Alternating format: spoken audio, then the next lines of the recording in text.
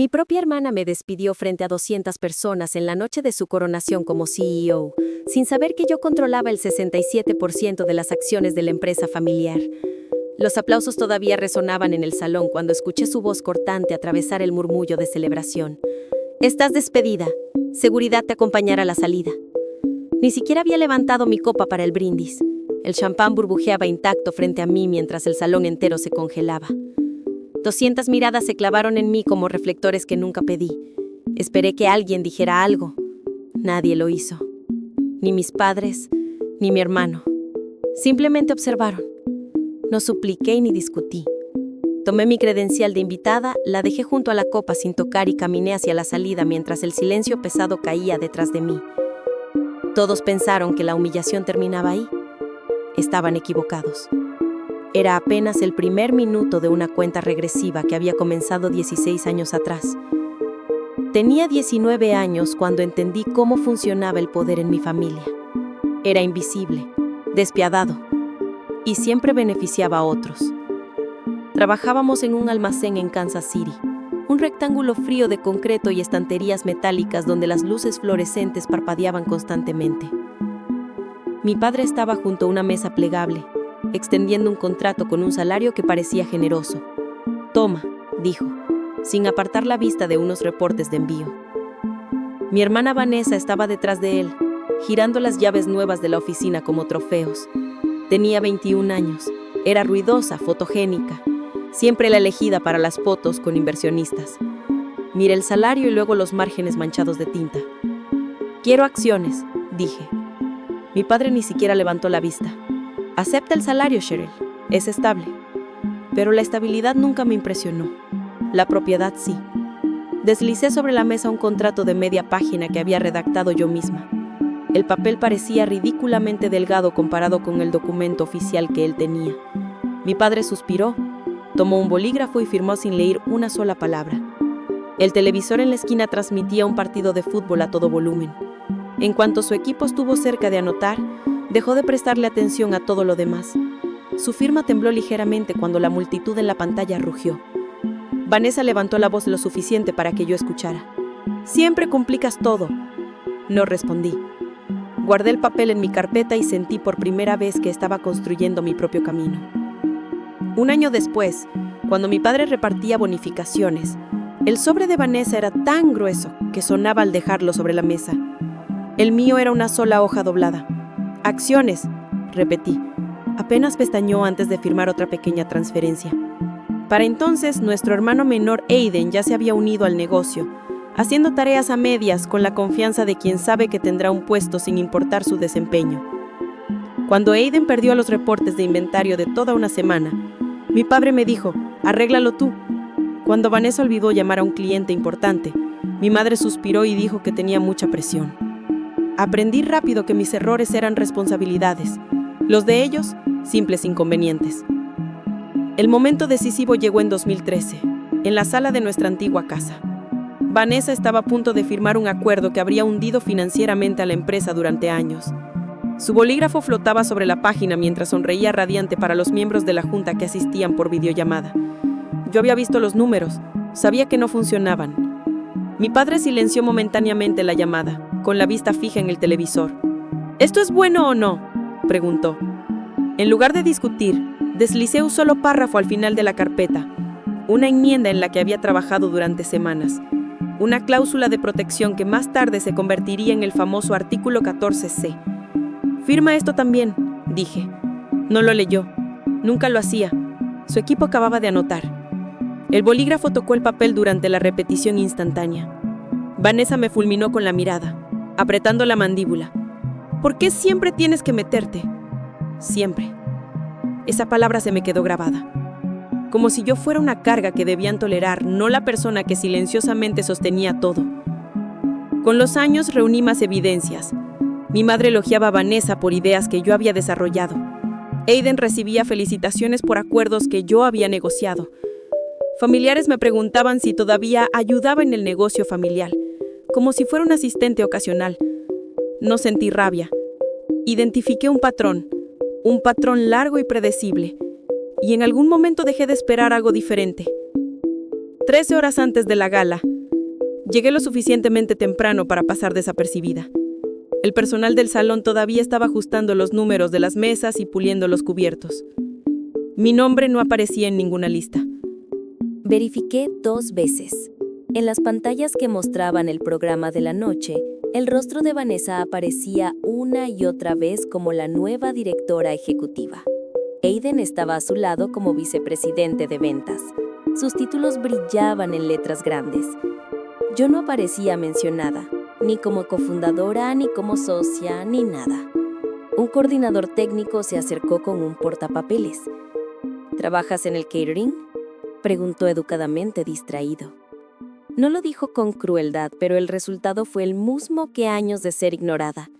Me acerqué al plano de asientos clavados cerca de la barra. Mis padres estaban en la mesa 3, mis hermanos en la mesa 1. Mi asiento estaba en la mesa 12, rodeada de nombres desconocidos. Pero lo que realmente me detuvo fue la etiqueta, invitada. Ni familia ni ejecutiva, solo invitada. Alguien detrás de mí rió. Me giré lo suficiente para ver a Aiden ajustándose los gemeos con total confianza. «Puedes sentarte donde sea», dijo sin apenas mirarme. «Esta noche no se trata de ti». Las palabras fueron breves, lanzadas casualmente, pero hirieron. No de la forma que él esperaba, porque en ese instante todo el patrón finalmente encajó. Las miradas despectivas de la infancia, las exclusiones en la adolescencia, los desaires en la edad adulta, los acuerdos no reconocidos, las firmas que nunca leyeron, los títulos que se apropiaron, el crédito que absorbieron, todo se alineó en una única verdad clara. Me habían borrado mucho antes de esta noche. Esta noche era simplemente la versión pública. Miré mi identificación laminada y me la pasé por el cuello como un recordatorio de dónde creían que pertenecía. Aiden esperaba una reacción, un reclamo, quizás una pelea, pero yo solo exhalé despacio y controlado, y sonreí. En cuanto las puertas del salón se cerraron detrás de mí, el ruido se apagó como si alguien hubiera levantado un cristal entre la celebración y yo. Afuera, el aire traía los primeros indicios de lluvia. No miré atrás. El eco de los aplausos, el brillo de las lámparas, la imagen de mi hermana alzando su copa, todo se disolvió mientras caminaba hacia el estacionamiento.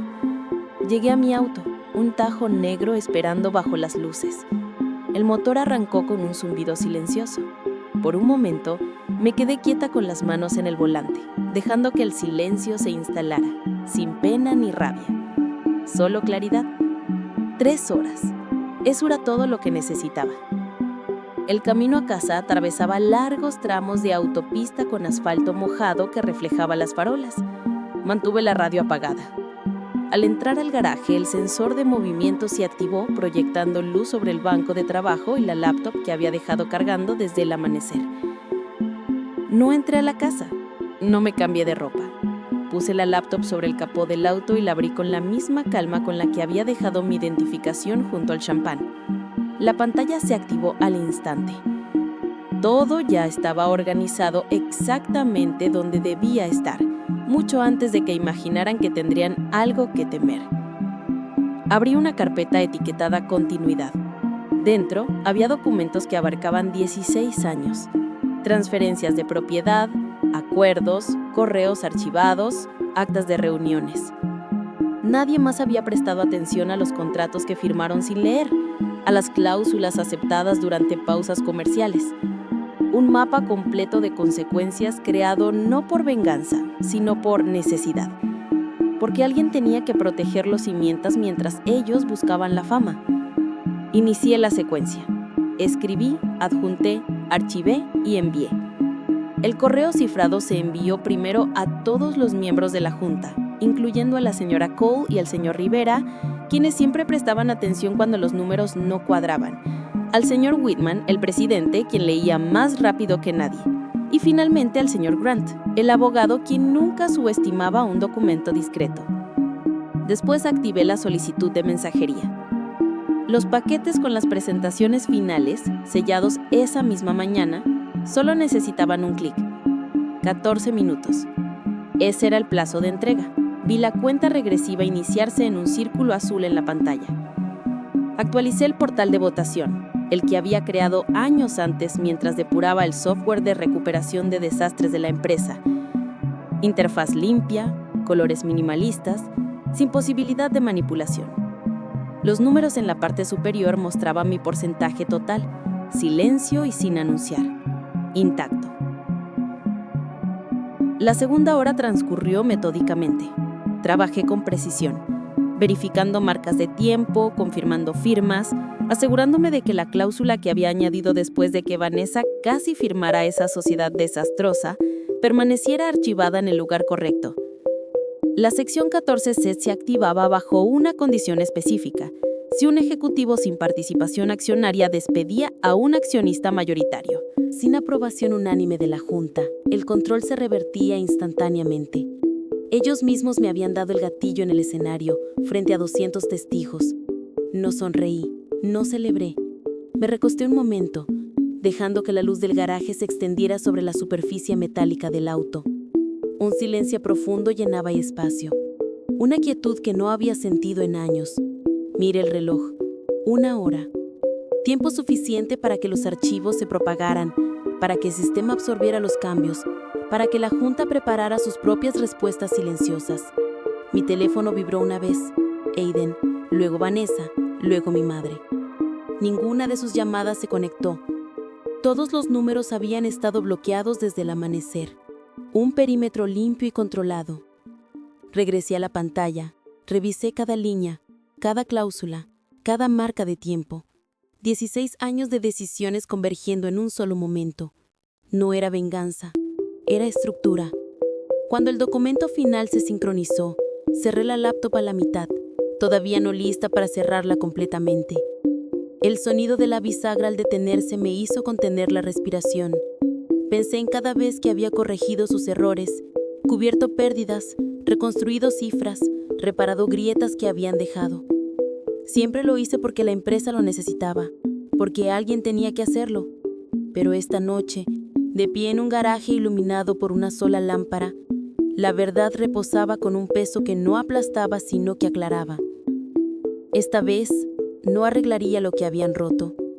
Dejé que la laptop se apagara. El sonido resonó suavemente en el concreto, definitivo y sereno. Una línea dibujada con precisión en lugar de ira. 3 horas después, la gala aún brillaba como si nada bajo su superficie hubiera cambiado. La música llenaba el aire.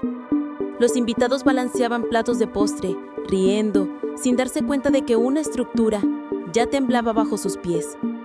Crucé la puerta principal justo cuando el personal de seguridad comenzaba a reposicionarse. Su postura cambió sutilmente. Un guardia cerró la salida oeste, otro selló el pasillo de servicio, sin urgencia, sin drama. Solo procedimiento. En la mesa 1, mi hermana se detuvo a media risa. El teléfono de Aiden vibró en su mano, luego el de varios miembros de la Junta. El señor Whitman se levantó de su asiento al frente de la sala. Su expresión no cambió, pero su mirada se enfocó bruscamente, como cuando la información se ordena con claridad repentina. Se ajustó el brazalete y asintió a seguridad. Cerraron las puertas restantes. Nadie podía salir. El murmullo comenzó a caer suavemente. Una mujer en la mesa 6 miró su teléfono, entrecerró los ojos y se lo pasó a su esposo. Alguien más susurró: ¿es esto real? Las luces se atenuaron un nivel, un desvanecimiento suave orquestado por el equipo técnico, activado por el programa que había creado años atrás. El proyector cobró vida con un zumbido, y la pantalla gigante detrás del escenario se iluminó con un solo título: Reunión de accionistas de emergencia. Sección 14C activada. La respiración de Vanessa se entrecortó lo suficiente para que los invitados más cercanos se giraran. Recorrió la sala con la mirada, buscando a alguien que contradijera lo que veía. Pero todos estaban mirando sus pantallas, sus teléfonos encendidos con los documentos sellados esa mañana. Caminé por el pasillo central, la alfombra absorbiendo cada paso, sin séquito, sin dramatismo, solo el silencio desplegándose a mi alrededor. En el podio, dejé mi laptop y la abrí. El portal de votación se expandió en la enorme pantalla detrás de mí. «Buenas noches», dije con voz clara. el micrófono la transmitió perfectamente. Según el artículo 14C, el control revierte al accionista mayoritario. Se ha presentado una moción. El señor Whitman se puso a mi lado. Moción para remover los nombramientos de Vanessa Lawson como directora ejecutiva y de Aiden Lawson como vicepresidente de ventas. ¿Me apoyan? Sí, apoyo la moción. Segundo, una reacción en cadena. La señora Cole, el señor Rivera, otros 3 más, voces firmes, sin vacilación. Años de números correctos les ganaron la confianza mucho antes de esa noche. La votación se abrió. Verde para sí, rojo para no. El primer porcentaje apareció instantáneamente. 58%, luego 61, 65, 67. Los invitados se inclinaron, observando cómo la historia se desarrollaba en incrementos digitales. Con el 69%, Vanessa se lanzó hacia adelante. ¡Deténganse! No pueden votar en una noche como esta. Esta es mi ceremonia. El señor Whitman no la miró. Esta es una reunión legal, señorita Lawson. Retroceda, por favor. Aiden intentó otro ángulo. Cheryl, vamos. Esto es familia. Esto es estructura, dijo el señor Grant desde cerca de la mesa 4, levantando su teléfono. Y es vinculante. La cifra volvió a subir, 71%. La barra se volvió verde sólido en la pantalla. Un silencio se extendió como una ola lenta. Alguien dejó caer una cuchara. El cuarteto de cuerdas se detuvo a media nota. El señor Whitman habló primero. La moción se aprueba de inmediato. Vanessa miró fijamente la pantalla como si pudiera obligar a los píxeles a reorganizarse. Esto es un error. Nos tomaste por sorpresa. No respondí. Pasé a la siguiente diapositiva. El anexo prefirmado confirmaba la ejecución de la transición. Las cláusulas eran simples, hechos sin comentarios. Un jadeo surgió del centro de la sala, luego otro.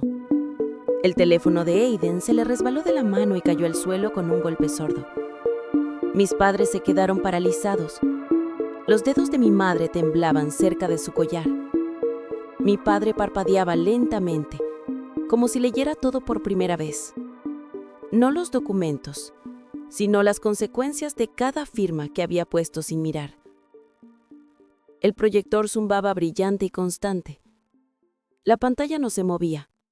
No hacía falta. La reversión era total. 4 meses después, el edificio se sentía diferente incluso antes de entrar. Ni más ruidoso ni más ajetreado.